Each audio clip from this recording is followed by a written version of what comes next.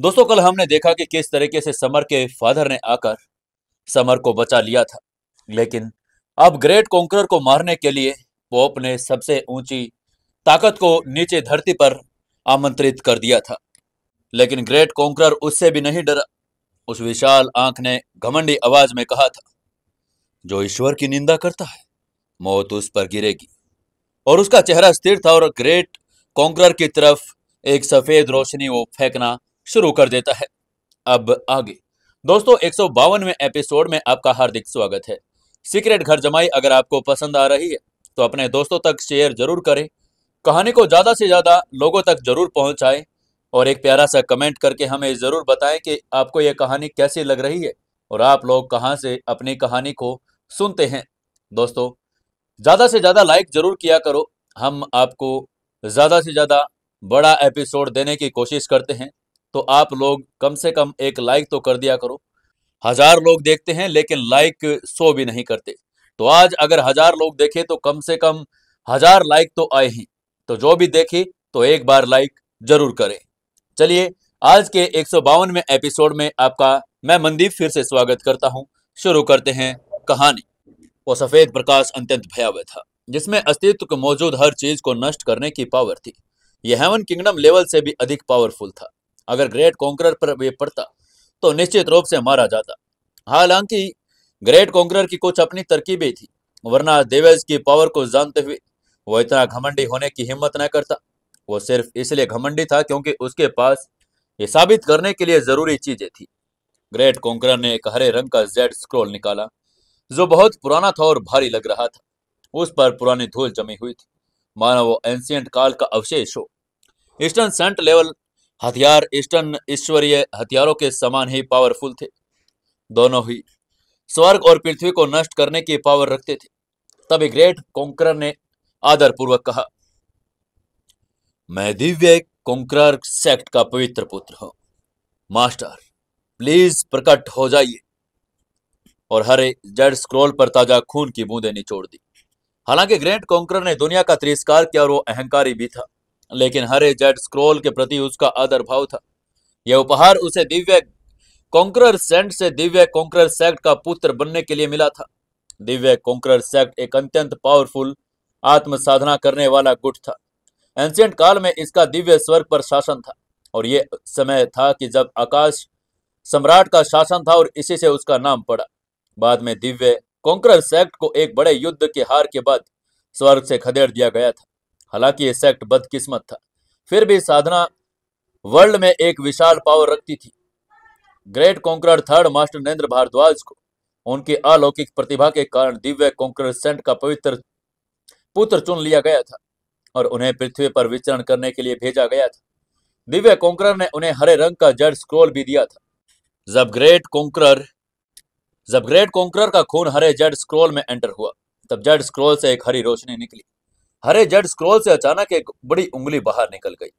यह उंगली बड़ी विशाल थी, 100 मीटर लंबी। हर कोई उस विशाल काय उंगली को डर के मारे देख रहा था, मानो उनका दम घुट रहा और वो दिव्य सत्ता को देख रहे हो।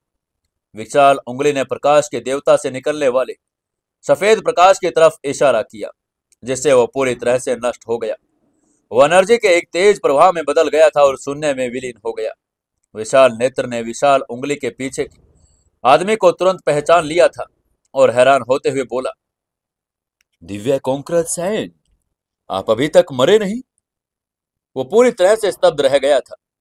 विशाल आंख किसी वेस्टर्न की देवता थी, जबकि विशाल उंगली किसी ईस्टर्न सेंट की। दोनों पहले भी मिल चुके थे और एक दूसरे से फाइट भी कर चुके थे।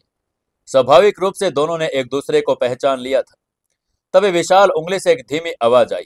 उसने धीमी आवाज में कहा, प्रकाश के पुत्र, तुम भी नहीं मरे हो, और हाँ, तुम सचमुच भाग्यशाली हो। मैंने तुम्हारा दिल तोड़ दिया था, लेकिन तुम फिर भी अभी तक जिंदा हो। प्रकाश का देवता सुनकर क्रोधित हो गया। दिव्य कॉन्करर सेंट ने उसकी इंसल्ट कर दी। प्रकाश का देवता की आंखें और भी क्रोधित हो गई। विशाल नेत्र ने ठंडी हंसी हंसते हुए धमकी देकर कहा, दिव्य कॉन्करर सेंट, आप बहुत पावरफुल हैं, लेकिन अगर मैं सचमुच कोशिश करूं तो मैं ग्रेट कॉन्करर को मार सकता हूं। क्या आप सचमुच चाहते हैं कि मैं आपके स्टूडेंट को मार डालूं? हाँ, हो सकता है, कि प्रकाश का देवता लड़ाई के मामले में दिव्य कॉन्करर सेंट जितना पावरफुल न हो, लेकिन अगर वो लड़ते तो प्रकाश का देवता ग्रेट कॉन्करर को मार सकता था। हालांकि ग्रेट कॉन्करर बड़ा पावरफुल था, लेकिन फिर भी उसकी ताकत इन देवीय प्राणियों के सामने कुछ भी नहीं थी।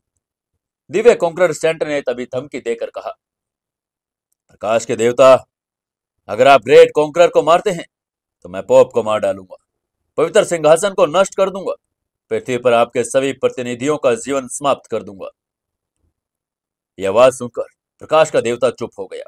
वो हमला करने से हिचकिचा रहा था। वो एक दूसरे की पावर को अच्छी तरह से जानते थे। अगर उसने ग्रेट कॉन्करर को मार डाला तो पोप में मर जाएगा और परिणाम स्वरूप पवित्र सिंहासन नष्ट हो जाएगा। इसलिए वो ये बात चाहता भी नहीं था। दिव्य कॉन्करर सेंट ने हल्की मुस्कान के साथ कहा, प्रकाश के देवता, ये यंग जनरेशन के बीच की लड़ाई है। बुजुर्ग होने के नाते हमें इसमें दखल नहीं देना चाहिए। अगर आप नहीं आते तो मैं भी नहीं आता।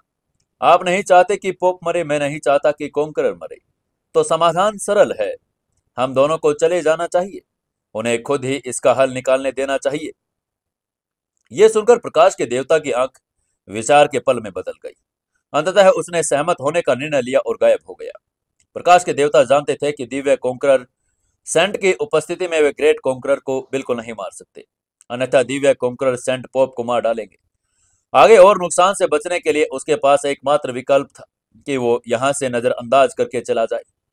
विशाल नेत्र को ज्यादा देखकर दिव्य कॉन्करर सेंट ने ग्रेट कॉन्करर की तरफ देखा और कहा, मैं जा रहा हूं, अब धर्मनिरपेक्ष दुनिया तुम्हारे ऊपर है। इसके बाद दिव्य कॉन्करर सेंट भी चले गए। हालांकि जाने से पहले उन्होंने समर की तरफ प्रशंसा भरी आंखों से देखा और ऐसा लग रहा था कि वो उस युवक से प्रभावित हो गए थे। लेकिन यह सिर्फ एक नजर थी, क्योंकि उसे जाना था। उसने समर को सराहना भरी नजरों से देखा, बिना कुछ कहे गायब हो गया। दो दिव्य प्राणियों के अदृश्य हो जाने के बाद स्वर्ग और पृथ्वी के बीच का तनाव कम हो गया। सभी लोग जमीन से उठ खड़े हुए और दिन भर घटनाओं से अभी भी जो कांप रहे थे, ये सब उनके लिए बड़ा ज्यादा था।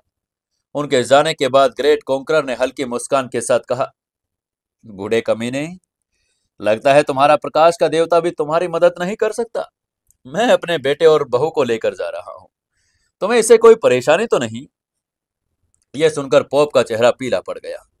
गुस्से से उसके मुंह से खून भर आया। एलिस उनके धर्मपुत्र अगस्टाइन की दुल्हन थी और अगर ग्रेट कॉन्करर उन्हें ले गई तो यह अगस्टाइन के लिए नहीं बल्कि पोप के लिए भी एक तमाचा था। पोप मना करना चाहता था, लेकिन ग्रेट कॉन्करर की पावरों को जानते हुए वह ऐसा नहीं कर पाया। हाँ, उसके पास अभी भी कुछ दैवीय उपाय थे जिनका उसने इस्तेमाल नहीं किया था, लेकिन वो उनका इस्तेमाल करने से डर रहा था। वो जानता था कि ग्रेट कॉन्करर भी चालाकी से काम लेता है। अगर उसने अपने दैवीय उपाय इस्तेमाल किए तो शायद समर मर जाएगा, लेकिन पवित्र सिंहासन भी नष्ट हो जाएगा। अंततः उसने खुद को रोक लिया। ग्रेट कॉन्करर की तरफ देखे बिना ही उसका अवतार चर्च के भीतर गायब हो गया। उसको ऐसे जाता हुआ देखकर आसपास खड़े लोग दंग रह गए थे। हैरानी से आपस में बातें करने लगे। उनमें से खड़े एक लड़के ने धीरे से कहा, अरे, ये पोप पीछे हट गए। ग्रेट कॉन्करर वास्तव में पूर्ण बोस है। उसके पास खड़े लड़के ने धीरे से कहा, हाँ, हमें भूलना नहीं चाहिए, पोप पूरे टाइगर ग्रुप में सबसे पावरफुल व्यक्ति है। विश्वास नहीं हो रहा कि आज कॉन्करर द्वारा उन्हें इंसल्टेड किया गया। बेचारे पोप। पहले वाले लड़के ने धीरे से कहा, ओह, ये ग्रेट कॉन्करर सचमुच पावरफुल है। उसका बैकग्राउंड भी पावरफुल है। विश्वास नहीं हो रहा कि उसे महान दिव्य कॉन्करर सेंट का समर्थन है। ग्रेट कॉन्करर को सुनाई देने से डर भी लोग धीमी आवाज में बातें करने लगे थे।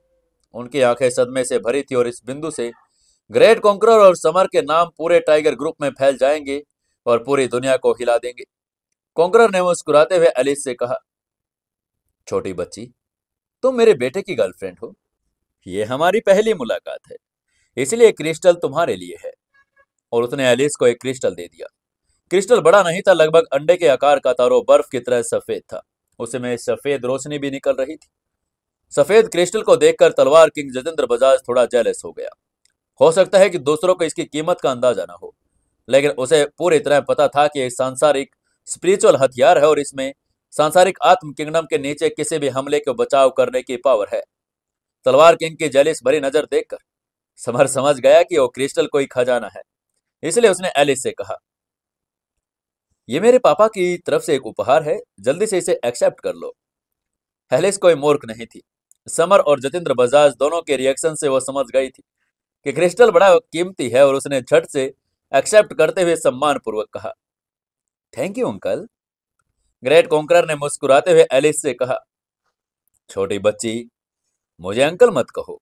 तुम मेरे बेटे की गर्लफ्रेंड हो, तुम्हें मुझे पापा कहना चाहिए।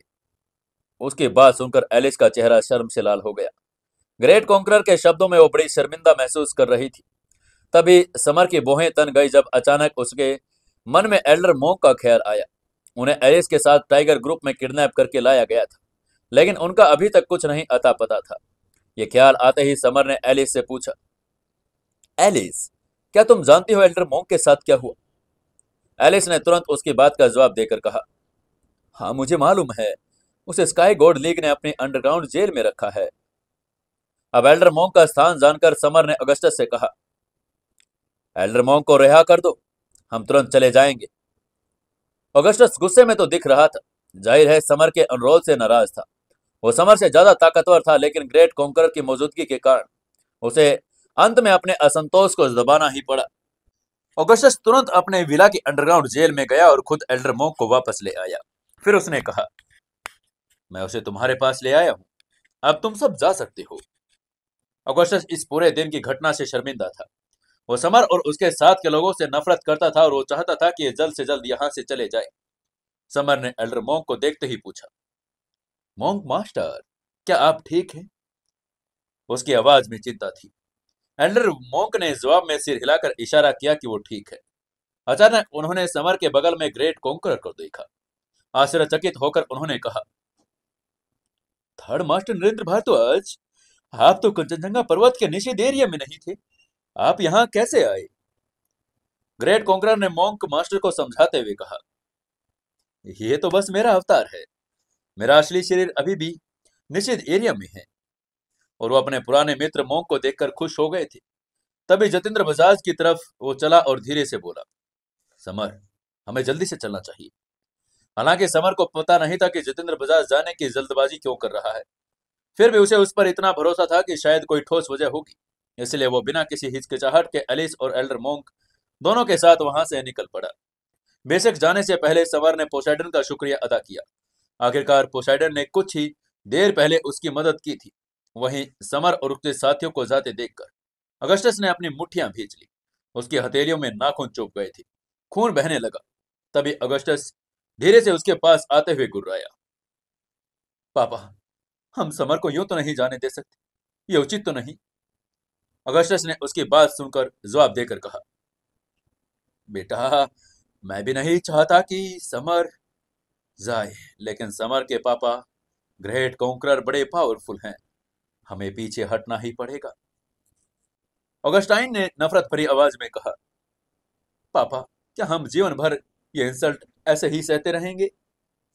ऑगस्टस ने कहा, नहीं बेटा, हमें ऐसा करने की जरूरत नहीं। हमारे ग्रेट कुलपिता ज्यूज सभी प्राणियों के किंग जल्द ही लौट रहे हैं। वो प्रकाश के देवता से भी पावरफुल हैं। उनके वापस आते ही हम ईस्टर्न दुनिया को कुचल देंगे, समर से अपना बदला ले लेंगे। समर ने जाहिर तौर पर उनकी बातचीत नहीं सुनी, लेकिन अगर सुनी भी होती तो उसे डर नहीं लगता। वेस्टर्न दुनिया में जूस थे, लेकिन ईस्टर्न दुनिया में उनके अपने संत और देवता थे। उसे डरने की कोई जरूरत नहीं थी। समर और बाकी लोग नाट्रे डैम डी पेरिस पर बाहर निकलकर एक होटल में चले गए। होटल के कमरे के अंदर समर ने जितेंद्र बजाज से पूछा, अंकल जतिंदर, आपने मुझे वहां से जल्दी से निकलने के लिए क्यों कहा? वो स्काई गॉड लीग से और अधिक चीजें वसूलना चाहता था, लेकिन जतिंद्र बजाज के कहने पर उसे आना पड़ा। जतिंद्र बजाज ने आह भरी और उसकी बात का जवाब देकर कहा, समर, तुम्हारे पापा कॉन्करर अब केवल एक अवतार हैं। वो गायब होने वाले थे। अगर तुम और वहां रुकते तो मुसीबत में पड़ जाते। उसकी बात सुनकर समर परेशान हो गया। उसने मन ही मन सोचा, क्या पापा गायब होने वाले हैं? उसने धीरे से आह भरकर कहा, पापा, क्या आप सचमुच मुझे छोड़कर जा रहे हैं? उसकी आंखें उदास हो गई थी। हालांकि वो अभी अभी अपने पापा से मिला था, लेकिन उनके बीच खून का रिश्ता बड़ा मजबूत था। वो नहीं चाहता था कि उसके पापा इतनी जल्दी छोड़कर चले जाए। ग्रेट कॉन्करर ने हल्के से मुस्कुरा कर कहा, बेटा, मैं इस समय कंचनजंगा एरिया की चट्टान के नीचे फंसा हूं। मैं अभी भी तुम्हारा इंतजार कर रहा हूं, इसलिए अब ऐसे इमोशनल होना बंद कर लो। ग्रेट कॉन्करर के फटकार के सामने समर ने दृढ़ता से कहा, पापा, आप चिंता मत कीजिए, मैं वादा करता हूं कि मैं आपको वहां से निकाल लूंगा। ग्रेट कॉन्करर ने मुस्कुराते हुए कहा, बेटा, निषिद्ध एरिया में अत्यंत पावरफुल आत्म साधक हैं। यह एक आत्म साधक तकनीक है, इसे अच्छी तरह से सीखो। मैं तुम्हारे आने की प्रतीक्षा करूंगा। और उसने समर को एक हरे रंग का जेड स्क्रॉल दे दिया। हरे रंग का जेड स्क्रॉल पर कॉन्करर की उंगली बड़े अक्षर छपे थे। यह एक अत्यंत पावरफुल आत्म साधना की तकनीक थी और इंसान की तरह इसमें भी विकसित करने की क्षमता थी। ग्रेट कॉन्करर द्वारा समर की पुस्तक सौंप जाने बाद उसका अवतार धुंधला हो गया और हरे प्रकाश की बदल किरण में बदल गया। अपने पापा को गायब होता देखकर समर की आंखें में आंसू आ गए और उसने नम आंखों के साथ कहा, पापा, मेरा इंतजार कीजिएगा। 1 घंटे की मुलाकात के बाद पापा के चले जाने पर समर दुखी हो गया था। तभी जतेंद्र बजाज ने चिंतित होकर समर से आग्रह करके कहा, समर, उदास मत हो। तुम्हें जल्दी से टाइगर ग्रुप छोड़कर इंडिया लौट जाना चाहिए, इससे पहले कि पॉप और स्काई गॉड लीग तुम्हारे पापा के गायब होने के बारे में पता चला है। जैसे उन्हें स्थिति का पता चलेगा, वे आकर तुम्हें मार डालेंगे। समर को अचानक जतेंद्र बजाज की बात समझ आ गई और उन्हें वहां से निकलना था, जल्द से जल्द निकलना था। तभी समर ने जतेंद्र बजाज से पूछा, जतेंद्र अंकल, क्या आप हमारे साथ नहीं आ रहे? जतेंद्र बजाज ने अपना सिर हिलाया और कहा, मैं तुम्हारे साथ नहीं आ रहा। निषिद्ध एरिया की अंतरिक्ष गुफा फिर से गायब हो गई। मुझे उसे ढूंढकर एरिया में प्रवेश करना होगा ताकि तुम्हारे पापा की मदद कर सकूं। उनके अवतार के चले जाने के बाद तुम्हारे पापा पहले से किंग लेवल के फाइटिंग यू के हमले से पीड़ित है। वे निश्चित रूप से घायल ही होंगे। जैसे उसने अपनी बात समाप्त की, जितेंद्र बजाज ने समर को छोड़ दिया और अंतरिक्ष गुफा में खोज में निकल पड़ा। जहां तक समर का सवाल था, उसने समय बर्बाद करने की हिम्मत नहीं की। उसने जल्दी से इंडिया जाने के लिए एक फ्लाइट बुक कर ली और टाइगर ग्रुप की यात्रा ने पूरे ग्रुप को हिलाकर रख दिया था। ये सभी पावरों द्वारा पहचाना जाने वाला एक घातक नाम बन गया था। उसने स्काई गॉड लीग के 5 ग्रेट हेड्स को मार डाला और वो बड़ा पावरफुल था। सब उसे शैतान कहते थे। अब टाइगर ग्रुप में नहीं बल्कि panther group, mouse group, dragon group, India और अन्य जगहों पर अभियानों में खबर पहुंच चुकी थी और स्काई गॉड लीग के 5 ग्रेट परिवारों को मार गिराया था। अचानक दुनिया भर की हर ताकतवर और आत्म साधक को समर के घातक नाम और क्षमता के बारे में पता चल चुका था। इसी समय समर की प्रसिद्धि पूरी दुनिया में अविश्वसनीय रूप से तेजी से फैलती जा रही थी। वहीं उधर इंडिया के स्पेशल सिक्योरिटी ब्यूरो के ऑफिस में स्वाति ने टाइगर ग्रुप में अपने इंटेलिजेंस कॉन्टैक्ट से देखा। उसके ठंडे चेहरे पर अवाकता के भाव दिखाई दिए। समर कितना पावरफुल है, उसने इन सभी लोगों को मार डाला। समर स्पेशल सिक्योरिटी ब्यूरो का हिस्सा था, इसलिए स्वाभाविक रूप से स्वाति उसकी उपलब्धियों को देखकर खुश हो चुकी थी। स्वाति ने टाइगर ग्रुप में अंडरग्राउंड ऑफिसर्स को बुलाया। उन्हें समर से संबंधित हर चीज पर नजर रखने का ऑर्डर दिया। अगर वो किसी भी खतरे में था तो उसे बचाने के लिए तैयार रहे। समर पर नजर रखने के अलावा स्वाति ने जासूसों को स्काई गॉड लीग का पीछा करने का ऑर्डर दिया। वो जानती थी कि जब भी उन्हें मौका मिलेगा वो हमला करेंगे। टाइगर ग्रुप की सबसे पावरफुल सेनाओं में एक होने के नाते उन्हें समर द्वारा अपमानित किया गया था।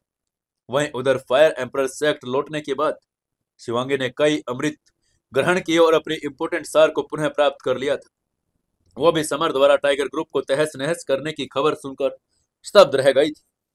वो थोड़े समय के लिए ही अलग हुए थे और समर पहले से उतना ज्यादा पावरफुल हो चुका था। वो ये देखकर अवाक रह गई थी। पहले फायर एम्परर सेक्ट की फर्स्ट यंग मिस्ट्रेस होने के नाते शिवांगी खुद को एक प्रतिभाशाली व्यक्ति समझती थी। हालांकि समर के कामों को देखने के बाद उसे लगा कि वो असली प्रतिभाशाली व्यक्ति है। बेशक टाइगर ग्रुप में समर के कारनामों की जानकारी सिर्फ हाई क्लास की पावर्स को थी, नॉर्मल पावर्स को इसके बारे में पता नहीं था। वहीं समर ने एलिस, पर्पल बैट दानव के एल्डर मॉन्क और शैडो ग्रुप टीम के बाकी मेंबर्स के साथ टाइगर ग्रुप को जल्दी से छोड़ दिया और रास्ते में उसको पायल का फोन आया। उसने पूछा, समर, मुझे और हमारी नन्ही परी को तुम्हारी याद आ रही है, तुम कब वापस आ रहे हो? समर ने फोन पर हंसते हुए जवाब देकर कहा, पायल, मैं जल्द ही फ्लाइट में सवार हो जाऊंगा। मैं 12 घंटे में तुम्हारे और हमारी बेटी के पास पहुंच जाऊंगा।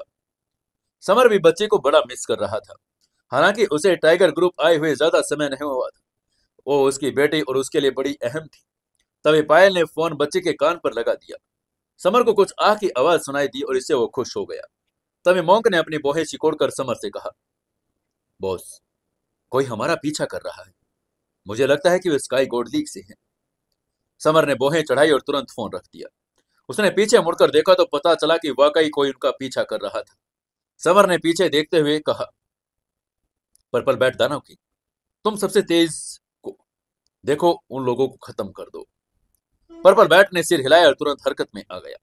लाल रोशनी की किरण में बदल गया और तुरंत गायब हो गया था। उसकी अविश्वसनीय गति ने मोंक को भी चौंका दिया था। पर्पल बैट दानव किंग के जाने के बाद समर को कियारा का फोन आया और उसने भी समर को जल्दी से घर पहुंचने के लिए कहा। समर ने उसे बताया कि वो तुरंत फ्लाइट से वापस आ रहा है। जैसे ही समर ने फोन रखा, पर्पल बैट दानव किंग वापस आ गया। उसने वापस आते ही समर ने पूछा, पर्पल बैट दानव किंग, क्या तुमने स्काई गोल्ड लीग के लोगों से छुटकारा पा लिया? उसने कहा, जी यंग मास्टर, मैंने अपने बूमरैंग का इस्तेमाल करके उन सभी को मार डाला। समर ने तभी सिर हिलाकर कहा, अच्छा, अब हमें बर्बाद समय नहीं करना चाहिए, चलो जल्दी से फ्लाइट में चढ़े। समर बाकी क्रू मेंबर्स के साथ प्लेन में चढ़ गया। वो सच्चे आत्म किंगडम के फर्स्ट स्टेज का आत्म साधक फाइटर था। उसे स्पष्ट था कि खतरा अभी भी है। अगस्टस और पॉप दोनों उसे आसानी से मार सकते थे। एक बार अगर उसकी मौत हो गई तो उसके आसपास के लोगों को बचाने का कोई तरीका नहीं था। इसी समय उधर स्काई गोल्ड लीग के हेड ऑफिस में ऑगस्टाइन और उसके पापा अगस्टस अपने कुर्सियों पर बैठे काले कपड़े वाले एक व्यक्ति की रिपोर्ट सुन रहे थे। काले कपड़े पहने व्यक्ति ने झुककर सम्मान पूर्वक कहा, प्रभु, यंग मास्टर, हमारे जासूसों के अनुसार समर और उनके टीम मेंबर्स इंडिया जाने वाली फ्लाइट नंबर 747 में सवार हो गए। अब ग्रेट कॉन्करर उनके साथ बिल्कुल नहीं है। काले कपड़ों वाला यह आदमी स्काई गोल्ड लीग में इंटेलिजेंस इंफॉर्मेशन का किंग था। इंटेलिजेंस इंफॉर्मेशन इकट्ठा करना कला में बेहद कुशल, और हालांकि उसने पर्पल बैट दानव किंगों के हाथों कुछ लोगों को खो दिया था, फिर वो अपनी जरूरत का इंफॉर्मेशन ले आया। तभी ऑगस्टाइन उत्साह में बोला, पापा, लगता है ग्रेट कॉन्करर का अवतार गायब हो गया। अब हम समर को मार सकते हैं। ऑगस्टस ने सिर हिलाकर कहा, हाँ, लेकिन मैं खुद उसे मारने का प्लान बना रहा हूं। अन्यथा ग्रेट कॉन्करर कंचनजंगा पर्वत निश्चित एरिया से बाहर निकलने का बाद बदला ले सकता है। ऑगस्टाइन ने उसकी बात सुनकर थोड़ा कंफ्यूज होते हुए कहा, पापा, अगर आप हमला नहीं करेंगे तो हम समर को कैसे मारेंगे? ऑगस्टस ने उसकी बात का जवाब देकर कहा, सीधी सी बात है, हम फ्लाइट को मिसाइल से उड़ा देंगे। उसे पता भी नहीं चलेगा कि उसने किसे मारा। ऑगस्टाइस ने प्रसन्नपूर्वक अपने पापा की बात में सहमति जताकर कहा, पापा, ये बढ़िया विचार है, मैं भी इसका इंतजाम करता हूँ। वहीं उधर समर फ्लाइट के बिजनेस क्लास में बैठा था। एलिस उसके ठीक बगल में बैठी थी और वो आज खास तौर पर खूबसूरत लग रही थी। समर एक तरफ बैठा था और पूरी तरह से गर्म लग रहा था। अचानक उसके फोन की घंटी बजी। फ्लाइट में फोन इस्तेमाल करने की मनाही थी। समर ने जैसे ही पावरफुल व्यक्ति को हवाई जहाज में फोन इस्तेमाल करने की इजाजत थी, फोन की घंटी सुनते ही समर चिढ़ गया। ये एलिस के साथ कुछ करने का प्लान बना रहा था, और तभी फोन बज गया था। उसने देखा कि कॉल स्वाति का था। जैसे ही समर ने आंसर की दबाया, फोन पर एक चिंतित आवाज आई। स्वाति ने चिंता में कहा, समर, मुझे अभी अभी स्पेशल ब्यूरो से खबर मिली है। स्काई गोल्ड लीग के लोग तुम्हारी फ्लाइट को मिसाइल से मार गिराने वाले हैं। जल्दी करो और फ्लाइट से उतर जाओ, वरना देरी हो जाएगी। उसकी बात सुनकर समर को लगा कि वो खतरे में है। अगर स्वाति की चेतावनी ना होती तो समर कभी नहीं सोच पाता कि स्काई गोल्ड लीग ऐसा कर सकता है। समर ने जल्दी से कहा, एलिस, पर्पल बैट डायनम किंग, एल्डर डोस्ट और शैडो ग्रुप टीम मेंबर्स, अपने अपने पैराशूट पहन लो और फ्लाइट से कूदने की तैयारी करो। हालांकि ग्रुप को पता नहीं था क्या हो रहा है, लेकिन उन्होंने ऑर्डर्स का पालन किया। इस समय तक प्लेन हजारों मीटर ऊंचाई पर पहुंच चुका था। हड्डियों तक ठंड से कांपने लगी थी। सौभाग्य से समर और उसकी टीम के मेंबर्स आम लोग नहीं थे, वो बड़े पावरफुल मार्शल आर्ट फाइटर थे। तभी समर ने चिल्लाकर कहा, कूद जाओ, और समर सबसे पहले कूद गया। एलिस तुरंत उसके पीछे गई और उसने समर पर पूरा भरोसा किया था। उसके तुरंत बाद बोल्ड मॉन्क और डेथ गॉड पर्पल बैट दानव किंग एल्डर मॉन्क और उसके साथ सभी लोग प्लेन से कूद गए। उनके कूदने के कुछ ही देर के बाद दूर से एक मिसाइल और उसने प्लेन पर बेरहमी से हमला कर दिया। एक जोरदार धमाके के साथ प्लेन के टुकड़े टुकड़े हो गए। वो आग की लपटों में बदल गया, समुद्र की तरफ गिरने लगा था। खैर, समर के दल को प्लेन छोड़कर सवार सभी लोग मारे गए, कोई भी जीवित नहीं बचा। मॉन्क ने डरते हुए धीरे से कहा, हे भगवान, शुक्र है हमने बॉस की बात मान ली, नहीं तो हम भी उड़ गए होते। सिर्फ मॉन्क ही नहीं बल्कि सभी लोग हैरान थे। शुक्र है उन्होंने समर की बात मान ली, वरना एक पल भी बर्बाद होता तो उनकी जान चली जाती। लगभग 1 घंटे के बाद सभी लोग समुद्र में उतर गए। अपने पिछले अनुभवों के कारण सभी ऐसी परिस्थितियों से वाकिफ थे। वे जब चाहे पानी में कूद सकते थे और इसलिए वे बचाव तंत्र से बड़े अच्छी तरह से परिचित थे। पैराशूट हवा में उपयोगी थे, लेकिन पैराशूट पहनकर पानी में उतरना खतरनाक था। कैनवस से बने होने के कारण पानी में गिरते ही भारी हो जाता और उसको नीचे ले जाता। समर ने बाकियों की तरफ देखकर कहा, सब लोग अपने पैराशूट और कपड़े फेंक दो, सिर्फ अंडरवियर पहनो और मेरे पीछे पीछे आ जाओ। ये सुनकर सब लोग हरकत में आ गए। उन्होंने अपने पैराशूट फेंक दिए और अपने सारे अनावश्यक कपड़े भी उतार दिए। प्लेन में विस्फोट के बाद उन्होंने समर पर और भी ज्यादा भरोसा कर लिया। इसके बाद समर ने मॉन्क से कहा, मॉन्क, अपने एट डायग्राम नॉलेज का उपयोग करो और हमारे स्टिक स्थान का पता लगाओ और किसी नजदीकी आइलैंड का पता लगाओ। मॉन्क ने सिर हिलाया और अपने कंपास निकाला और कहा, यह पैसिफिक ओशन है। हम इस समय पैसिफिक ओशन में 145 डिग्री ईस्ट लॉन्गिट्यूड और 15 डिग्री नॉर्दर्न लैटिट्यूड पर हैं। फायर आइलैंड ठीक सामने है। समर ने उसकी बात सुनकर भौहें सिकोड़ ली। जाहिर है उसे हैरानी हुई। उसे उम्मीद नहीं थी कि फायर आइलैंड के पास वो उतरेंगे। पैसिफिक ओशियन के 10 सबसे खतरनाक आइलैंडों में से एक फायर आइलैंड, डार्क आइलैंड की तरह यह भी बड़ा खौफनाक था। मॉन्क ने भौहें सिकोड़ी और पूछा, बॉस, इस समय हमारे सबसे निकट का आइलैंड फायर आइलैंड है, आसपास कोई आइलैंड नहीं। क्या हमें वहां जाना चाहिए? समर ने सिर हिलाकर कहा, हाँ हाँ, हम बिल्कुल जाएंगे। हम समुद्र में हैं, जमीन पर नहीं।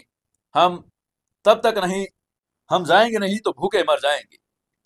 प्लेन से कूदने के जल्दी में अपने पैराशूट के अलावा कुछ भी नहीं लेकर आए थे, न ही पीने का पानी और न ही खाने के लिए कुछ। समर ने मन बना लिया कि समुद्र में मरने के बजाय वो फायर आइलैंड पर बच निकलेंगे। सभी ने सहमति में सिर हिलाया। मॉन्क एस्ट्रोनॉमी और ज्योग्राफी, 5 एलिमेंट्स और ऑक्टोगोनल रीडिंग्स में पारंगत था। सभी लोग उसके पीछे पीछे चल पड़े। सभी लोग अपनी पूरी ताकत से तैरते हुए फायर आइलैंड की तरफ बढ़ रहे थे। एलिस समूह में सबसे कमजोर थी। कुछ घंटे तैरने के बाद वो कमजोर हो गई। समर ने उसकी हालत देख ली और उसकी तरफ गया। उसने उससे कहा, आओ मेरी पीठ पर लेट जाओ, मैं तुम्हें उठा लूंगा। एलिस ने अपना सिर हिलाया और कहा, आप भी थके हुए हैं, कोई बात नहीं, मैं संभाल लूंगी। लेकिन समर ने कड़क आवाज में कहा, क्या संभाल लोगी? तुम बहुत कमजोर हो और तुम्हारे पास महत्वपूर्ण सार नहीं। तुम मेरी गर्लफ्रेंड हो, इसलिए तुम्हारा ध्यान रखना मेरा फर्ज है। इसलिए चुपचाप मेरी पीठ पर आ जाओ। बिना किसी हिचकिचाहट के समर ने सीधे एलिस को अपनी पीठ पर रख लिया। हालांकि समर अब सच्चे किंगडम के फर्स्ट स्टेज पर था, बड़ा पावरफुल हो चुका था। एलिस समर की पीठ पर लेट गई और आगे की तरफ तैरती हुई दिखाई देने लगी। तभी दूर पानी में शार्कों के एक गैंग ने उनके ग्रुप्स को ढूंढ लिया। वे मांसाहारी शार्कों का एक गैंग था। वो समुद्र की गहराई में छिपे हुए थे और समर के ग्रुप की तरफ तैर रहे थे। और शार्क उन्हें चौंका देना चाहती थी, उन्हें जिंदा खाना चाहती थी। समर और बाकी ग्रुप तैरने में इतने व्यस्त थे कि उन्हें शार्कों का बिल्कुल भी ध्यान नहीं आया। खतरा उन पर मंडराता आ रहा था। इसी समय वहीं ड्रैगन ग्रुप का हर देश फ्लाइट नंबर 747 के दुर्घटनाग्रस्त होने की खबर से स्तब्ध था। बेशक इंडिया सबसे ज्यादा सदमे में था। ज्यादातर लोगों के लिए यह प्लेन दुर्घटना थी, लेकिन कियारा और पायल के लिए मानो आसमान टूट पड़ा हो।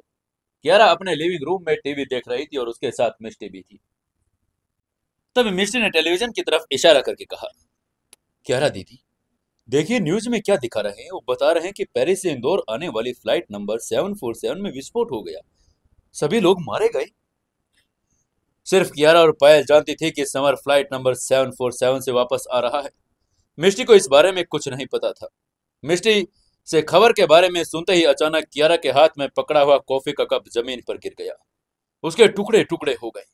उबलता हुआ यह उसके पैरों के नीचे जा गया, लेकिन वो दर्द से सुन्न हो गई थी। कियारा ने दुखी होकर कहा, मेरे पति उसी प्लेन में है। कियारा का चेहरा बर्फ की तरह सफेद पड़ गया था। उसकी निगाहें थक गई थी और उसकी आंखों में कोई चमक नहीं थी। उसको अचानक चक्कर आ गया और बेहोश होकर जमीन पर गिर गई।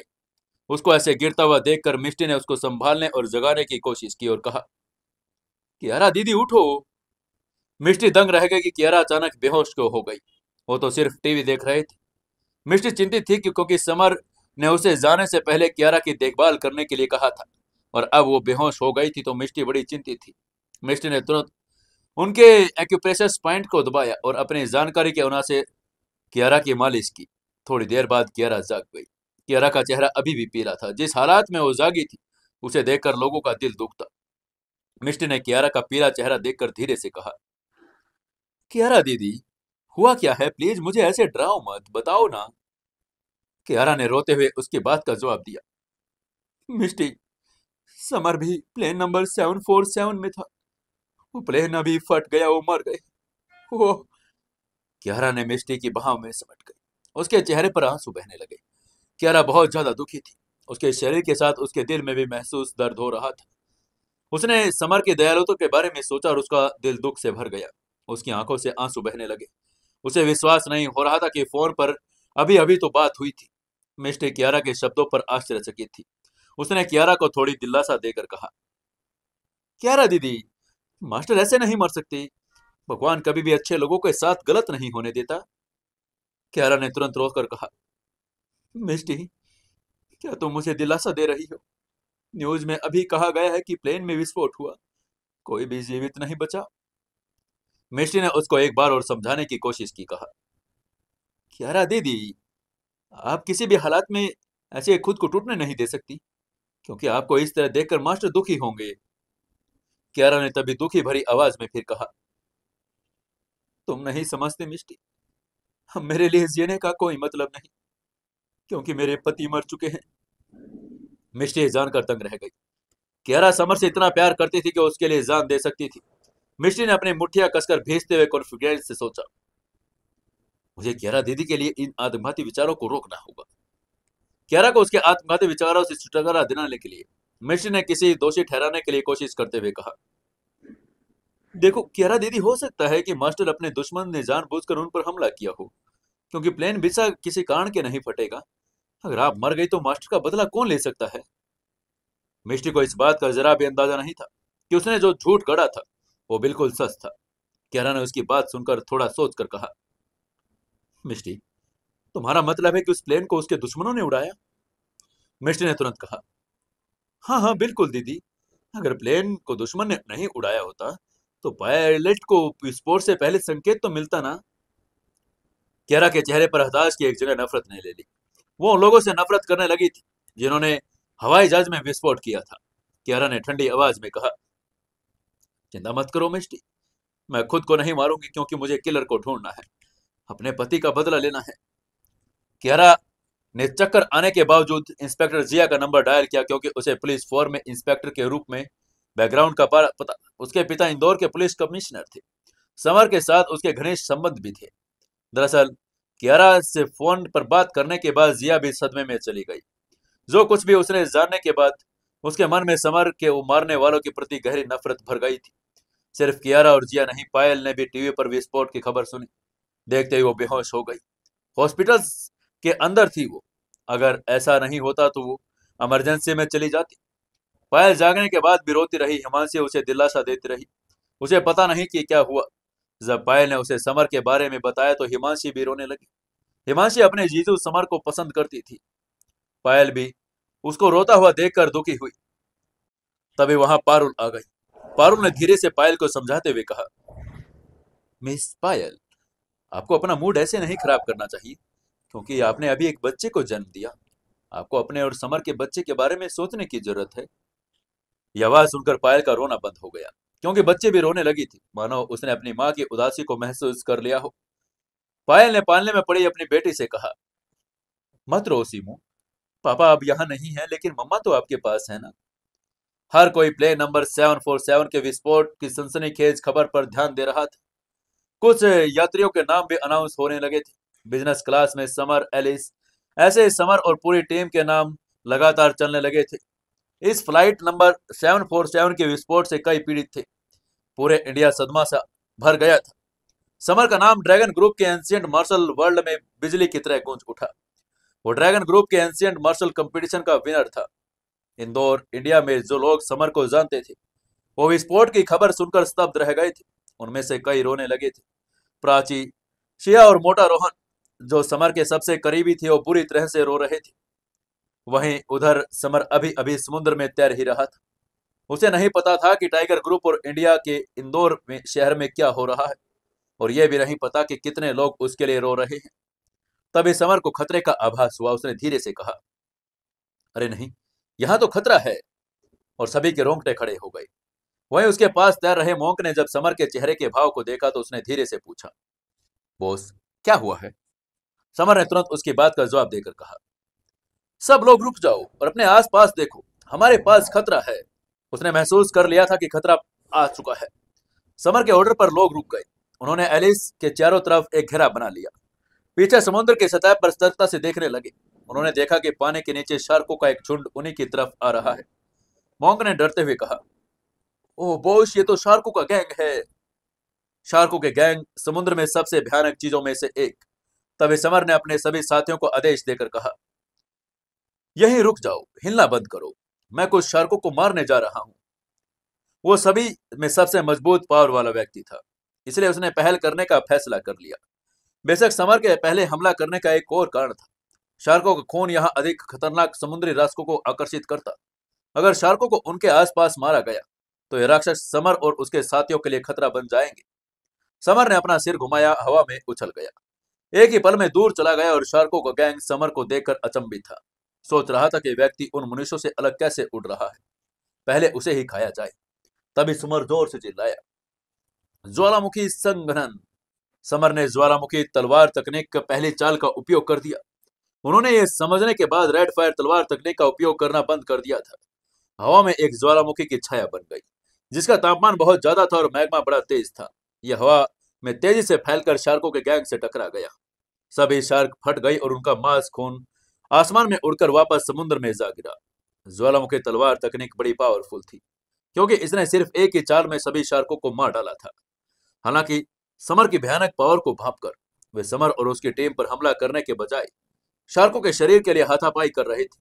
जमीन के विपरीत, जहां मृत जीव को जमीन के नीचे दफनाया जलाया जाता, समुद्र इस तरह के क्रूर था और मृत जीवों को तुरंत खा लिया जाता। तभी समर ने अंगूठा दिखाते हुए एक ने कहा, बॉस, आप तो बड़े अमेजिंग है, आपने एक ही बार में सभी शार्कों को मार दिया। सिर्फ मोंक नहीं बल्कि सभी लोग समर को सितारे भरी आंखों से देख रहे थे। समर एलिस के पास आया और उसने सभी से कहा, समय बर्बाद मत करो, क्योंकि हमें अभी भी लगभग 100 मील आगे तैरना है। हमारा लक्ष्य रेड फायर आइलैंड तक पहुंचना है। यह सुनकर सब खुश हो गए, क्योंकि इतनी देर तक तैरने के बाद वो थक चुके थे, भूख से व्याकुल थे और अब जल्दी से आइलैंड मिल जाए यही सोच रहे थे। इसके बाद समर ने एलिस से कहा, एलिस, आओ मेरी पीठ पर आओ। एलिस ने भीगे कपड़ों से नीचे उसका खूबसूरत फिगर सबका ध्यान अपनी तरफ खींच रहा था। उसकी कोमल बाहें, पतली टांगे समर को ऑक्टोपस की तरह घेरे हुई थी। उसके कामुक होठ समर के कान के पास गर्म हवा छोड़ रहे थे, जिससे समर को आराम से खुजली हो रही थी। हालांकि तैरते हुए समर उत्तेजित था। उसका दाहिना हाथ एलिस के नरम और आरामदायक शरीर को पकड़े हुए था। पहली बार किसी महिला के साथ ऐसा करने से समर संतुष्ट था, क्योंकि एलिस सुंदर भी थी। इसमें कोई आश्चर्य नहीं था कि वो कहते हैं, एक पुरुष और एक महिला मिलकर एक साधारण काम को भी दिलचस्प बना देते हैं। यह बिल्कुल सच था। समर एलिस को अपनी पीठ पर आनंद ले रहा था, जबकि उसका हाथ उसके शरीर पर ऊपर नीचे चल रहा था। एलिस का पीला चेहरा पानी के नीचे सेब की तरह लाल हो चुका था, सांसें भी गहरी हो रही थी। ऐसे ही मस्ती करते हुए 3 घंटे के बाद पैसिफिक ओशियन के 10 सबसे खतरनाक आइलैंडों में से एक रेड फायर आइलैंड पर पहुंच गए। विशाल रेड फायर आइलैंड 100 किलोमीटर का लंबा था, जिसके चारों तरफ एक विशाल ज्वालामुखी के चारों तरफ रेड चट्टानें थी। रेड फायर आइलैंड के मैग्मा के नीचे मैग्मा मैन रहते थे, और कौन जाने ये सच था या नहीं। मॉन्क, बोल्ड मैन और डेथ गॉड सभी थक गए थे, इसलिए आइलैंड पर पहुंचते ही जमीन पर लेट गए। समर अकेला इंजीवन व्यक्ति था, मानो दुनिया की सारी एनर्जी उसी में समा गई हो। तभी उनको रेड फायर आइलैंड के पास के भेड़ियों के चीखों के सामने अन्य अन्य जानवरों की दहाड़ भी सुनाई दी, जिससे समर और उनकी टीम को पता चल गया कि वो अकेले नहीं है। तभी समर ने अचानक देखा कि कुछ और रेत के माध्यम से उनकी तरफ बढ़ रहे हैं। उसने धीरे से कहा, क्या ये रेत हिल रही है? रेत हिलनी नहीं चाहिए थी। पहुंचने के बाद वो किनारे पर बैठे और रेत थोड़ी देर तक उनकी तरफ खिसकी। वो बड़ी धीमी गति से चल रही थी, लेकिन समर ने फिर भी नोटिस कर लिया। उसने अपनी रेड फायर तलवार निकाली और उसने सामने रेत पर पटक दिया। तभी रेड फायर तलवार से एक सांप उछलकर समर पर झपटा। रेड फायर सांप आधा मीटर लंबा और तपती हुई गर्म सांसें उगल रहा था। समर ने लगातार 7 बार तलवार घुमाई और फायर सांप उठाकर 8 टुकड़ों में कट गया, रेत पर मर गया। समर को पता था कि सांप बड़े मजबूत होते हैं और एक ही टुकड़ों में नहीं मरते, क्योंकि 2 टुकड़ों होने पर वो कट सकते हैं, इसलिए उन्हें कई टुकड़ों में काटना पड़ता। तभी मोंग ने डरकर कहा, अरे नहीं बॉस, ये एक फायर स्केल सांप है और ये आमतौर पर ग्रुप्स में आते हैं। अब जब आपने एक को मार दिया तो उनमें से हजारों दिखाई देंगे। मोंग इस प्रकार के सांप को पहचान गया था, क्योंकि उसने इसे तब देखा था जब वो शैडो ग्रुप टेम के साथ टाइगर ग्रुप पर एक मिशन पर था। तभी समर ने फायर स्केल सांप को पहचान लिया। वो अपने किए पर पछता रहा था और खुद को नहीं रोक पाया। अगर उसने इसके बारे में पता होता तो उसे मारने के बजाय जिंदा पकड़ता, और उस एक सांप का बदला लेने के लिए हजारों सांप आएंगे। अब समुद्र तट पर हर कोई भयानक पुकारने की आवाज आ रही थी, क्योंकि रेत समर और अन्य लोगों की तरफ बढ़ती जा रही थी, बल्कि उन्हें एक घेरे में फंसा रही थी। मोंक ने तभी भयभीत होकर कहा, बॉस, अब हम क्या करें? ये तो इतने सारे हैं और हम उन्हें टुकड़ों में काट नहीं सकते। समर ने भयानक रेड फायर आइलैंड को भयंकर बोहें चढ़ाकर देखा, क्योंकि उसने ये नहीं सोचा था कि वहां पहुंचने के बाद इतनी बड़ी परेशानी खड़ी हो जाएगी। हालांकि आमतौर पर ये एक सांप का किंग था जो फायर शल्क सांपों पर राज करता था और उनको ऑर्गेनाइज कर रहा था। समर ने ध्यान केंद्रित किया और हजारों सांपों के बीच एक विशाल फायर शल्क सांप को देखा। वो आकार में बाकियों से काफी बड़ा था, रंग में ज्यादा चमकीला। फायर शल्क ये किंग था और मनुष्य के आकार का था। सांप का चेहरा इंसानों जैसा, उनमें से इंसानी जैसी भावनाएं। ऐसा कहा जाता कि कुछ जानवर साधना तकनीक में अभ्यास के बाद विकसित होते, और यह फायर सल्क वाला सर्प किंग स्पष्ट रूप से एक विशेष तकनीक की प्रैक्टिस कर रहा था। न केवल इंसान बल्कि जानवर और पौधे भी आत्म साधना की तकनीक की प्रैक्टिस कर सकते थे। फायर सर्प किंग अप्रत्याशित रूप से फुफकारते हुए बोला, धिक्कार है मानव, मेरी प्रजा को मारने की तुम्हारी हिम्मत कैसे हुई? उसकी बात सुनकर मोंक ने डर कर कहा, बॉस, क्या आप साथ विकसित हो गया है, बोलना भी सीख गया है? समर ने मोंक की तरफ आंखें घुमाकर कहा, इस बारे में शोर मत मचाओ। ये सर्प किंग है, इसलिए एक निश्चित स्तर पर पहुंचने के बाद इन जानवरों को बात करना सामान्य बात है। मोंक ने अपनी जेब बाहर निकाले, अपना मुंह बंद कर लिया। आश्चर्य से रेड फायर सर्प किंग को देखने लगा। जरा सोचिए, सांप बात करने लगा। तभी समर ने आगे जाते हुए कहा, आप गलत हैं सांप किंग, आपके सर्प ने मुझ पर हमला किया, इसलिए ये आप ही थे जिन्होंने इन्हें उकसाया था, हमने नहीं। उसके बाद सुनकर सर्प किंग ने कहा, घृणित मानव, हमारे लिए तुम पर आक्रमण करना स्वाभाविक है, क्योंकि तुमने हमारे एरिया रेड फायर आइलैंड पर आक्रमण किया। उसकी बात सुनकर समर ने व्यंग्य करते हुए कहा, सर्प किंग, रेड फायर आइलैंड किसी का एरिया नहीं, तो तुम कौन होते हो इसे अपना बताने वाले? अगर तुम्हें अभी भी थोड़ी सी अक्ल है तो तुम्हें अभी भी यहां से चले जाना चाहिए। इतने सारे फायर सांप और सर्प किंग का सामना करके दूसरे लोग डर जाते, लेकिन समर बिल्कुल नहीं डरा। उसका dragon blood line totem activate होने पर सभी प्रकार के सांप राक्षसों को दबा सकता था। अतीत में जब उसने क्रिम्सन सेक्ट के कियारा को बचाया था, तभी रक्त चूसने वाले सांप उसके आगे झुक गए थे। वहीं इस बात से अनजान सांप किंग ने गुस्से में फुफकारते हुए कहा, मानव, मैं तुम्हें मार डालूंगा, क्योंकि तुमने मेरी गरिमा को ठेस पहुंचाई। और फायर किंग ने हजारों सांपों को समर और उसके हमला करने का ऑर्डर दे दिया। समर ने अपने शरीर के अंदर ड्रैगन के ब्लड को एक्टिवेट किया और सभी को ड्रैगन की दहाड़ सुनाई दी। उनके शरीर पर एक दिव्य ड्रैगन का प्रबलकारी दमनकारी आभा प्रकट हुआ। उसके सभी फायर सांप तुरंत झुक गए। उन्होंने सिर जमीन पर फटकारने लगे। 10,000 सांपों का अद्भुत दृश्य था जो समर को प्रणाम कर रहा था। वहीं फायर सर्प ड्रैगन किंग के आते ही रक्त दमन से भयभीत होकर अपने अंतरात्मा से कांप उठा। उसने अपना शरीर जमीन पर झुका दिया और समर को प्रणाम किया। समर के प्रति उसके ब्लड की गहराई ने उसे स्वाभाविक भय का एहसास कर लिया था। फायर आइलैंड पर सबसे पावरफुल व्यक्ति फायर दानव किंग थी, जो एक सुंदर और भयानक औरत थी, और जब भी उसका मूड खराब होता तो बिना पलक झपकाए सांपों को मार देती। और उसने अपनी प्रजाति से 1,00,000 सांप थे, लेकिन अब केवल 1,000 बचे थे। रेड फायर सांप अब फायर दानव किंग की अपेक्षा समर के अधिक भयभीत हो चुका था, क्योंकि वो चाहता था कि उन सभी को मार डाले, और वापस लड़ने की हिम्मत भी नहीं कर पाते। तभी मोंक ने चमकदार आंखों से समर को देखते हुए उसकी तारीफ करके कहा, बॉस, आप तो हमेशा से शानदार है। सांप उसके सामने झुक रहे थे और अपना सिर जमीन पर पटक रहे थे। मोंक भी उसकी तरफ ऐसे श्रद्धा से देख रहा था मानो वो भी समर के सामने घुटने टेक रहा हो। अपने दबंग वंश के कारण यह अच्छी बात थी कि ईश्वरीय ड्रैगन ब्लड केवल सांप जैसे राक्षसों के विरुद्ध प्रभावी था। इसलिए बाकी राक्षसों का उस पर इतना गहरा प्रभाव नहीं पड़ता। सिर्फ मॉन्की ऐसा नहीं सोच रहा था। एलिस, पर्पल बैट, दानव किंग और बाकी लोग उसको प्रशंसा भरी नजरों से देख रहे थे। उन्हें लगा कि रेड फायर सांपों की लड़ाई तो होनी ही है।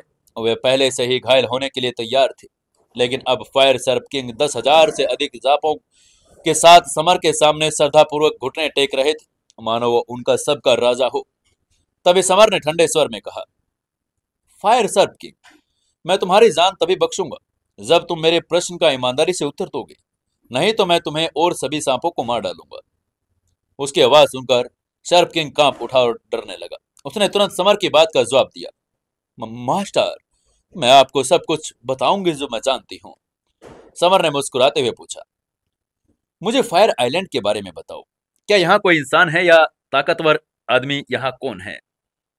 वो जानता था कि पैसिफिक ओशियन के 10 सबसे खतरनाक आइलैंडों में से एक रेड फायर आइलैंड भी कितना खतरनाक और भयावह हो सकता है, ठीक वैसे ही डार्क आइलैंड की तरह। फायर सर्प किंग ने धीमी आवाज में उसकी बात का जवाब देकर कहा, मास्टर, फायर आइलैंड पर दो पावर हैं। मैग्मा मैन जो ज्वालामुखी के मैग्मा को कंट्रोल कर सकते हैं, मैग्मा के नीचे रहते हैं, और फायर दानव किंग जो जितनी सुंदर है उतनी ही दुष्ट भी, और वो एक शैतानी तानाशाह है जिसने आइलैंड पर कई जानवरों को मार डाला।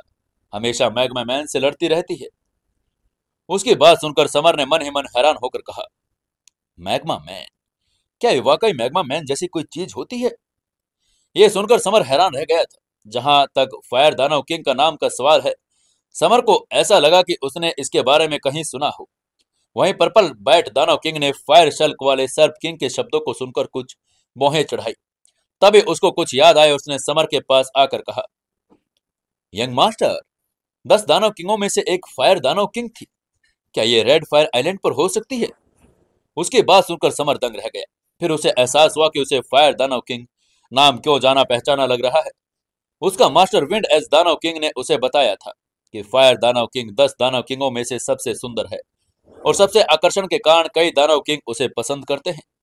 समर ने उम्मीद से मुस्कुराते हुए कहा, मुझे आशा है कि ये फायर दानव किंग वही है, क्योंकि इससे हमारे लिए फायर आइलैंड पर रहना अधिक सुरक्षित हो जाएगा। वो जानता था कि उसका प्रोग्राम बड़ा बिजी है, क्योंकि कंचनजंगा पर्वत का निषिद्ध एरिया जल्द खुलने वाला है और उसे वहां जाना भी था। समर ने फायर सर्प किंग के आइलैंड के सेंटर के जाने का रास्ता दिखाने को कहा, क्योंकि फायर दानव किंग वही थी। कुछ 100 मीटर आगे बढ़ने पर उन्हें खतरा नजर आया। एक विशालकाय काले ईगल ने उनका रास्ता रोक लिया। विशाल काला ईगल 10 मीटर से ज्यादा लंबा था। उसका सिर इंसानी और शरीर पक्षी का था। ईगल से कुछ दूरी पर जमीन पर कई मानव कंकाल पड़े थे। समर और उनकी टीम समझ गई कि ये ईगल वो मांस खाना आया है। मानव चेहरे वाले ईगल ने अहंकार पूर्वक समर की तरफ देखकर कहा, मानव, ये मेरा एरिया है। तभी फायर सर्प किंग ने समर के सामने आकर अपना मुंह खोलते हुए काले ईगल से कहा, काले ईगल भाई, हम रेड फायर आइलैंड के सेंटर की तरफ जा रहे हैं। जाहिर है फायर सर्प किंग काले ईगल को अच्छी तरह जानता था। उसे भाई कहता था और वो चाहता था कि वो उस पक्ष में अपवाद बनाए। तभी काले ईगल ने फायर सर्प किंग की सहजता से उसे नहीं रोका और ठंडे स्वर में बोला, सर्प किंग, तुम अपने समुद्र तट के लोगों को मेरे एरिया में लाकर मुझे उकसा रहे हो। मैं तुम्हें आगे नहीं जाने दूंगा। वहीं ईगल की बात सुनकर सर्प किंग क्रोधित हो चुका था। तभी समर ने आगे बढ़कर कहा, मैं तुम्हें तुरंत यहां से चले जाने का मौका दे रहा हूं, वरना मैं तुम्हें मार डालूंगा। समर की बात सुनकर काले ईगल ने अपना सिर उठाया और समर को अहंकार से देखकर बोला, मैं एक राक्षसी जानवर हूं जो सच्चे आत्म किंगडम लेवल के हाफ स्टेज पर हूं। तुम्हारे जैसा नीच इंसान मुझे कैसे मार सकता है? उन मनुष्यों के बारे में सोचकर जिसने उसे पहले खाया था, काले ईगल ने मुंह में लार भर ली और उत्सुकता से उन्हें घूरने लगा। काले ईगल की घूरती निगाहों को देखकर समर की आंखों में जानलेवा किरणें चमक उठी। उसने खतरनाक किलिंग इंटेंट के साथ कहा, अगर तुम मरना चाहते हो तो मैं तुम्हारी ये इच्छा जरूर पूरी करूंगा। उसने तुरंत अपनी कलाई हिलाई और अपने रेड फायर तलवार से काले ईगल की तरफ घुमा दिया। तलवार ने लगभग 20 मीटर लंबे तलवार से एनर्जी निकली, ईगल पर जा पड़ी। तलवार की एनर्जी से उसका सिर कट गया और चारों तरफ खून फैल गया। समर की इतनी स्ट्रॉन्ग पावर को देखते ही सांप किंग बड़ा भयभीत हो गया था। दरअसल वो काले ईगल के बराबर का था, क्योंकि वो दोनों सच्चे आत्म किंगडम के हाफ स्टेज पर थे और अगर वो समर के पास ऐसे न गया होता तो समर के पास से वो भी मर गया होता। समर ने सांप किंग के विचारों को इग्नोर कर दिया और काले ईगल की लाश के पास गया। उसने उसके पेट चीरकर दानव केंद्र को ढूंढ निकाला और एक अंडे के आकार का काला क्रिस्टल निकाला। यह एक वायु दानव केंद्र था और जो गति बढ़ाने में मदद करता। समर ने हल्के से मुस्कुराते हुए पर्पल बैट दानव किंग से कहा, पर्पल बैट दानव किंग, आप वायु तत्व इंपोर्टेंट सार की प्रैक्टिस करते हैं ना? यह वायु दानव नाभिक आपके लिए है। और उसने वो क्रिस्टल उसे दे दिया। पर्पल बैट दानव किंग खुशी से उत्साहित हो गया। उसने समर का शुक्रिया अदा किया और कहा, यंग मास्टर, धन्यवाद। पर्पल बैट दानव किंग बैट स्पीड जितनी तकनीक की प्रैक्टिस करता था। वायु प्रकार के दुष्ट राक्षस के रूप में काला ईगल उसके लिए बड़ा उपयोगी था, क्योंकि वो पवन दानव नाभिक की प्रैक्टिस करने के लिए अपनी स्पीड को एक और लेवल पर बढ़ा सकता था। समर द्वारा काले ईगल को मार दिए जाने पर सांप किंग ने और भी अधिक सम्मान से उसका नेतृत्व किया। जो जानवर मानव रूपी बनने की कोशिश कर रहे थे उन्हें राक्षसी जानवर कहा जाता, जबकि जो नहीं कर रहे थे वो नॉर्मल जानवर थे। समर ने रास्ते में उन पर हमला करने की कोशिश करने के लिए कुछ और राक्षसी जानवरों को आसानी से मारा। निश्चित रूप से समर ने मारे गए राक्षसी जानवरों के सभी दानव नाविक को शैडो ग्रुप, टिंग, एंडर मोंक और बाकी सभी लोग प्रैक्टिस करने लगे थे। इस समय ज्वालामुखी में रेड मैग्मा घूम रहा था। फायर आइलैंड के सेंटर में हवा को झुलसा दे रहा था। मैग्मा के कुछ दूरी पर एक सुंदर गोरी महिला खड़ी थी और उसकी आंखें बड़ी बड़ी गर्म हवा निकाल रही थी। उसका चेहरा तो खूबसूरत था, फिगर भी होट था। लगभग 30 साल की थी, जो एक औरत के जीवन के वो साल है जो सबसे खूबसूरत लगती है। लाल चमड़ी, लाल बाल और लाल आंखों वाले मैग्मा मैनों का एक ग्रुप उसके सामने खड़ा था। वो फायर आइलैंड के मैग्मा के नीचे रहने वाले लोगों का एक विशिष्ट ग्रुप था। उनका लीडर 40 वर्ष से अधिक आयु का था, जिसकी त्वचा ज्वालामुखी के जैसी थी। उस आदमी ने बोहें चढ़ाकर कहा, यहां से चले जाओ फायर दानव किंग, ये हमारा मैग्मा मैन का एरिया है। फायर दानव किंग ने आकर्षक ढंग से मुस्कुराते हुए दूरी पर एक रेड छोटे पेड़ को प्रसन्नता से देखते हुए कहा, आर्यन, जैसे ही तुम मुझे फायर फल सौंप दोगे वैसे ही मैं चली जाऊंगी। ये मैग्मा नदी के पत्थरों के नीचे उगा हुआ 2 मीटर ऊंचा एक छोटा सा पेड़ था, मानो आग का एक जलता हुआ गोला हो। रेड मैग्मा जैसी लपटों से घिरा हुआ जो फायर जैसी एनर्जी सोख रही थी। पेड़ पर सेब के आकार के 3 फल थे जो आग की तरह लाल थे। अगर समर यहां होता तो उसे आसानी से पता चल जाता कि ये तीखे फल आत्म लेवल के अमृत को बनाने का खजाना थे और उन्हें जरूर छीन भी लेता। फायर दानव किंग की बात सुनकर अधेड़ उम्र के व्यक्ति ने अधीरता से कहा, मैं एक बार फिर कह रहा हूं फायर दानव किंग, ये हमारा एरिया और तुम्हारे पास जाने के लिए 1 मिनट है, नहीं तो मुझे तुम्हें दिखाना पड़ेगा कि यहाँ का बॉस कौन है। और उसकी आंखों से लाल रोशनी निकलने लगी। उसकी धमकी सुनकर फायर दानव किंग ने मुस्कुराते हुए अपने आकर्षक होठों को चाटा और दृढ़ता से कहा, मैंने तुमसे कहा ना कि मैं तब तक नहीं जाऊंगी जब तक मुझे एक फायर फल नहीं दोगे। यह फायर फल बड़ा स्पिरिचुअल फल था जो ज्वालामुखी मैग्मा में ही उगता था। फायर दानव किंग निश्चित रूप से उसे लेना चाहती थी, क्योंकि कौन जानता था कि अगर वो चूक गई तो अगली बार मौका कब मिलेगा। इसके अलावा फायर फल उसकी पावर को बढ़ाने में सहायक भी था। कुछ ही देरी में वो लाल बालों वाला आदमी हवा में कूदा और ठीक फायर दानव किंग के सामने उतरा और गुस्से में बोला, अब 1 मिनट पूरा हो गया, मुझे अब तुम्हें सबक सिखाना ही पड़ेगा क्योंकि तुम अभी भी यहाँ हो। लाल बालों वाले आदमी ने 5 अंगुल चौड़ी लाल फायर तलवार दानव किंग की तरफ घुमा दी। फायर दानव किंग ने उसके हाथ में तलवार को देखते हुए अनुपस्थित भाव से मुस्कुराते हुए कहा, ओह, हाई क्लास का स्पिरिचुअल हथियार, बुरा तो नहीं है। फायर दानव किंग ने हल्के से जमीन पर कदम रखा और तितली की तरह घूम गई। अचानक उसके हमले से बच गई। फिर उसने अपने छोटे से पंच से उस अधेड़ उम्र के आदमी की छाती पर वार किया और उसे 4-5 कदम पीछे धकेल दिया। उसके पीछे खड़े मैग्मा सैनिक देखकर आश्चर्यचकित हो गए कि उनके लीडर को एक लाल लात से उसने आसानी से पीछे धकेल दिया। तभी फायर दानव किंग ने अपना सिर हिलाते हुए कहा, मैग्मा मैन, क्या तुम बस इतने ही पावरफुल हो? ओह, ये तो निराशाजनक है। दरअसल फायर दानव किंग ने अभी अपनी पूरी ताकत नहीं लगाई थी, क्योंकि अगर वो ऐसा करती तो मैग्मा मैन की हड्डियां टूट जाती। उसे सिर्फ फायर फल चाहिए था और मैग्मा मैनों को अपना दुश्मन नहीं बनाना था। तभी बगल में खड़े एक हताश आवाज आई, ओ मैग्मा मैन, तुम सच में कमजोर होते जा रहे हो। उसने कुछ ही दूरी पर एक मानव चेहरे वाला टाइगर किंग खड़ा था। उसकी आंखें लाल किरणों से चमक रही थी जाहिर है कि उसने उसकी साधना की प्रगति कर ली थी। फायर दानव किंग ने उसकी तरफ देखकर कहा, फायर टाइगर किंग, क्या तुम भी फायर फाइट के लिए फायर फाइट करने आए हो? फायर टाइगर किंग ने अहंकार से कहा, बिल्कुल, ये फायर फल तो स्पिरिचुअल फल है जो मेरी पावर बढ़ाने में मदद कर सकते हैं। इसके अलावा ये 100 साल में एक बार पकते हैं। उसकी बात सुनकर लाल बालों वाले आदमी को गुस्सा आ रहा था, क्योंकि उसे पहले से ही फायर दानव किंग से निपटने की परेशानी हो रही थी, और फिर फायर टाइगर किंग भी कार्रवाई में शामिल होने आ गया था। फायर टाइगर किंग के चेहरे पर मुस्कान के साथ सुझाव देते हुए बोला, मेरा सुझाव है कि हम तीनों फायर फलों में से एक एक को मिलना चाहिए। मुझे लगता है कि उचित रहेगा।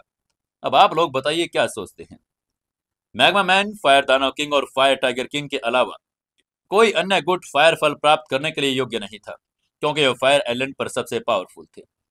लाल बालों वाला आदमी उदास चेहरे के साथ इस सुझाव की व्यवहारिकता पर विचार कर रहा था। हालांकि मैग्मा मैन पावरफुल थे, फिर भी उनका कुल पिता अभी भी गहरे एकांत में था। कुल पिता के बिना वो अकेला न तो फायर दानव किंग और न ही टाइगर किंग का मुकाबला कर सकता था। अचानक तीनों वार्ता के पीछे शाखाओं का फल तोड़ने की आवाज आई। तभी एक अभिमानी और दबंग आवाज ने उस अधेड़ उम्र के आदमी को परेशान कर दिया।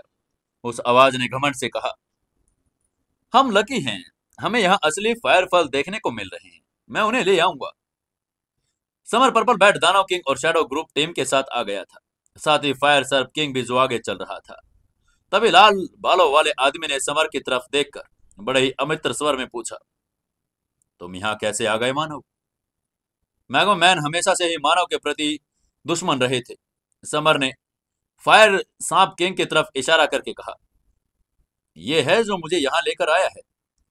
फायर सांप किंग ने जब सुना कि समर उसे यहाँ लेने के लिए दोषी ठहरा रहा तो लगभग रोने ही वाला था। उसने मन ही मन कहा, तुमने ही मुझे यहाँ आने के लिए मजबूर किया। अगर मैं ऐसा नहीं करता तो तुम मुझे भी मार डालते। अब मुझ पर दोष डाल रहे हो। तभी लाल बालों वाले आदमी ने असंतोष से फायर सांप किंग की तरफ आगे घुमाई। उसने वहीं टाइगर किंग ने मजाक उड़ाकर कहा, तुम एक इंसान के धमकियों को सुनने वाले कायर हो। फायर आइलैंड के राक्षसी जानवर जन्मजात से दुश्मनों के मानव के दुश्मन थे। वे आइलैंड पर किसी भी मनुष्य को देखते ही उस पर सीधा हमला करने के आदी थे। फायर सांप किंग फायर टाइगर किंग की इस टिप्पणी से क्रोधित हो गया, लेकिन उसने अपना क्रोध दबा लिया था। टाइगर किंग के रूप में फायर टाइगर किंग सांपों के किंग और फायर सर्प किंग से अधिक पावरफुल था। लेकिन तभी समर ने उस पर पलटवार करके कहा, अगर तुम मनुष्य के प्रति इतनी घृणा रखते हो मानव सिर वाले टाइगर, तो तुमने मनुष्य के चेहरे के बजाय कुत्ते का चेहरा क्यों नहीं अपनाया?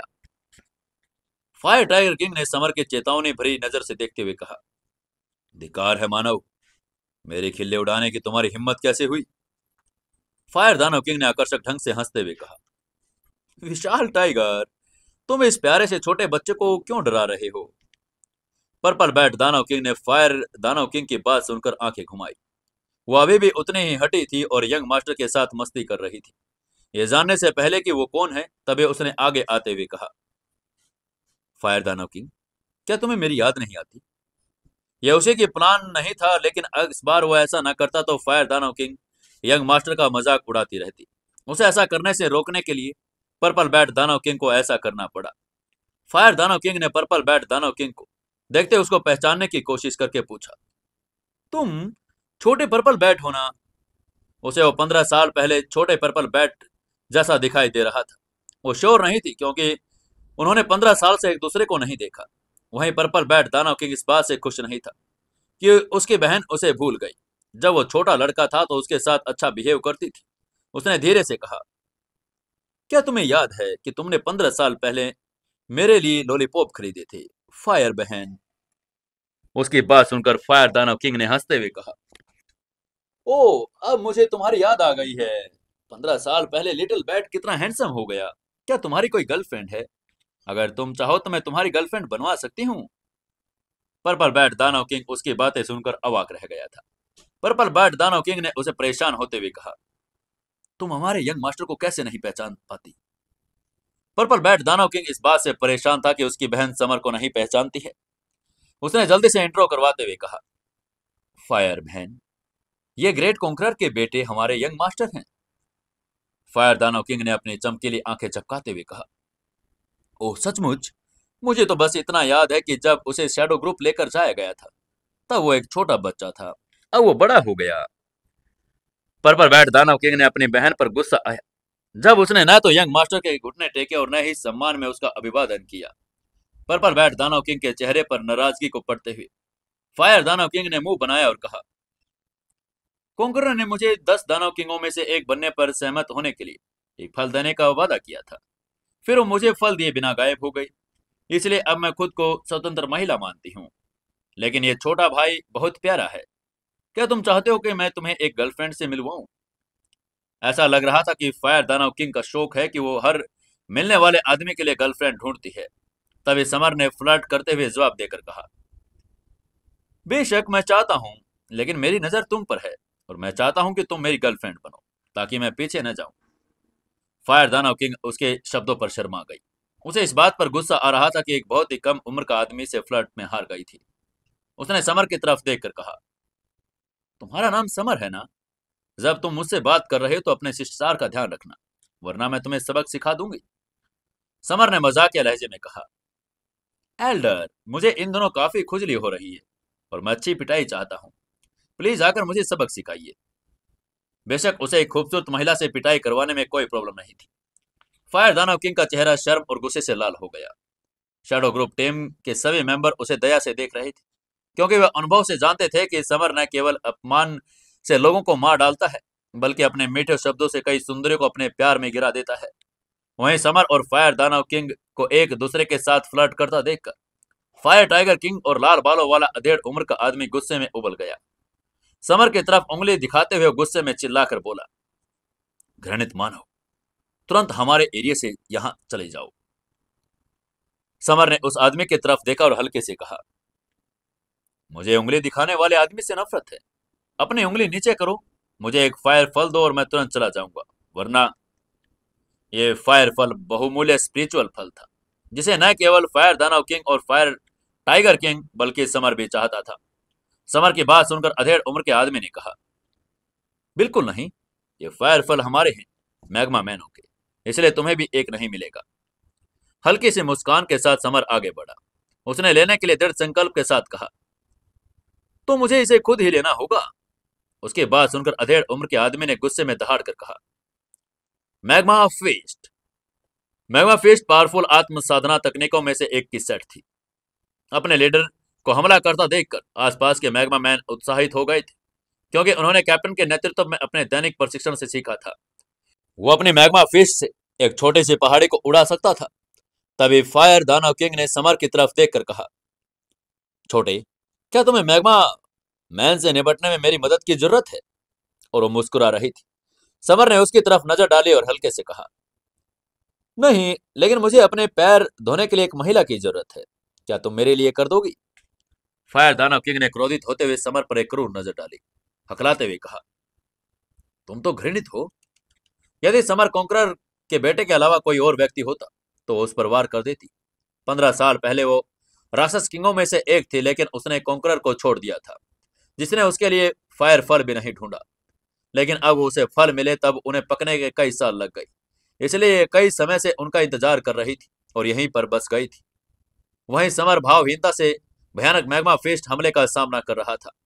वो उसके नजदीक आने तक हिला भी नहीं। उसके पास आते ही समर ने चिल्ला कर कहा, strangle hell feast, nature explosion feast. एक धीमे चेक के साथ उसने दूसरे लेवल की तकनीक का इस्तेमाल कर दिया। तभी प्राकृतिक एनर्जी से बनी एक काली परछाई अचानक उसके सामने आ गई। वो मैग्मा पर पूरी तरह से टूट पड़ी। इंपोर्टेंट सार से निर्मित मैग्मा विस्फोटित होकर नष्ट हो गया, जबकि स्ट्रेंगल हेल फीस्ट की छाया अपने मार्ग पर आगे बढ़ती रही और लाल बालों वाले आदमी को लगभग 1 दर्जन मीटर ऊंची छपाक के साथ मैग्मा नदी में धकेल दिया। समर की ताकत देखकर फायर दानव किंग की पुतली आश्चर्य से सिकुड़ गई। उसने हैरान होते हुए धीरे से कहा, इतनी सुप्रीम पावर? वहीं सभी मैग्मा मैन ये दृश्य देखकर अचंभित हो गए थे। एक चेक के साथ अधेड़ उम्र का आदमी मैग्मा नदी में कूद गया और उसकी छाती की लाल त्वचा पंच के आकार का एक गड्ढा दिखाई दिया, मानो समर ने उसकी पसली तोड़ दी हो।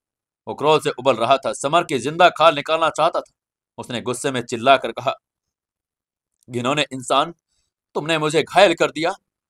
समर ने नाराजगी से कहा, अरे क्या तुम्हारा सिर मैग्मा या भूसे से भरा है? क्या मैंने तुम्हारी पत्नी या बेटी चुरा ली? तुम मुझे मानव क्यों कह रहे हो? ओधेड़ उम्र के आदमी द्वारा उसे घिनौना इंसान कहे जाने पर खुश नहीं था, क्योंकि मैग्मा मैन खुद इंसानों का ही एक रूप थे। आखिरकार ये एकमात्र गैर मानव प्राणी फायर टाइगर किंग था, जो एक राक्षसी जानवर था। अधेड़ उम्र का आदमी समर के अपमानजनक शब्दों से क्रोधित हो गया। वो समर से अपमान की लड़ाई कभी नहीं जीत सकता था। उसने समर की तरफ देखते हुए कई अपमानजनक शब्द कहे। बेशर्म इंसान, मैं तुम्हें मार डालूंगा। उसने अपनी विशाल मैग्मा फिस्ट घुमाई और वो हवा में पिघल गई। समर ने तिरस्कारपूर्ण मुस्कुराते हुए कहा, ओह लापरवाह आदमी। उसने अपने दाहिने पंच को अधेड़ उम्र के आदमी की छाती में घुसो दिया। चटकने की आवाज से पता चल रहा था कि अधेड़ उम्र के आदमी की एक और पसली कट गई और वो फिर मैग्मा नदी के पीछे की तरफ उड़ गया था, पिछली हुई चट्टान के एक बड़े से छींटे के साथ। वो दयनीय रूप से चीखा और जाहिर है कि वो गंभीर रूप से घायल था। समर ने अपना सिर हिलाते हुए थोड़ा निराश होते हुए कहा, बहुत कमजोर। मुझे उम्मीद नहीं थी कि मैग्मा मैन इतने कमजोर होते हैं।